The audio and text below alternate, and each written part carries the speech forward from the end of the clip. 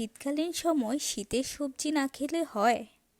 আসসালামু আলাইকুম everyone, welcome to cooking network. একটি কড়াইয়ে প্রথমে আমি একটু তেল ঢেলে নিচ্ছি, তারপর এর মধ্যে পেঁয়াজ লবণ দিয়ে কিছুক্ষণ ভেজে নেব। এরপর এর মধ্যে অ্যাড করব একটু রসুন। তারপর এখানে দিয়ে দিচ্ছি সামান্য পরিমাণে একটু হলুদ,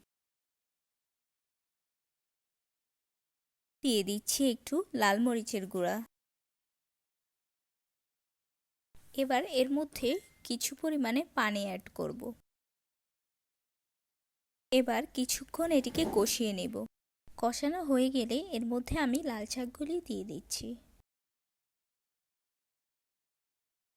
এবার মশলাগুলির সাথে ভালোভাবে লাল শাকগুলোকে আমি মিক্স করে নেব।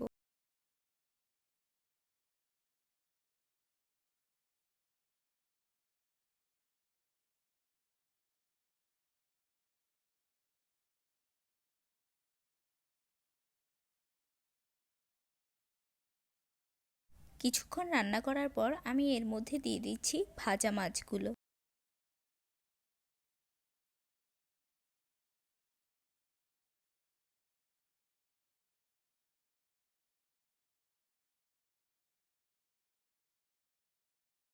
এবার আমি আরেকটু পানি অ্যাড করব। এরপর এটিকে আবার ভালো করে নেড়েচেড়ে দিব। এবার এর মধ্যে দিয়ে দিব কাঁচামরিচ, তারপর দিয়ে দিচ্ছি ধনিয়া পাতা।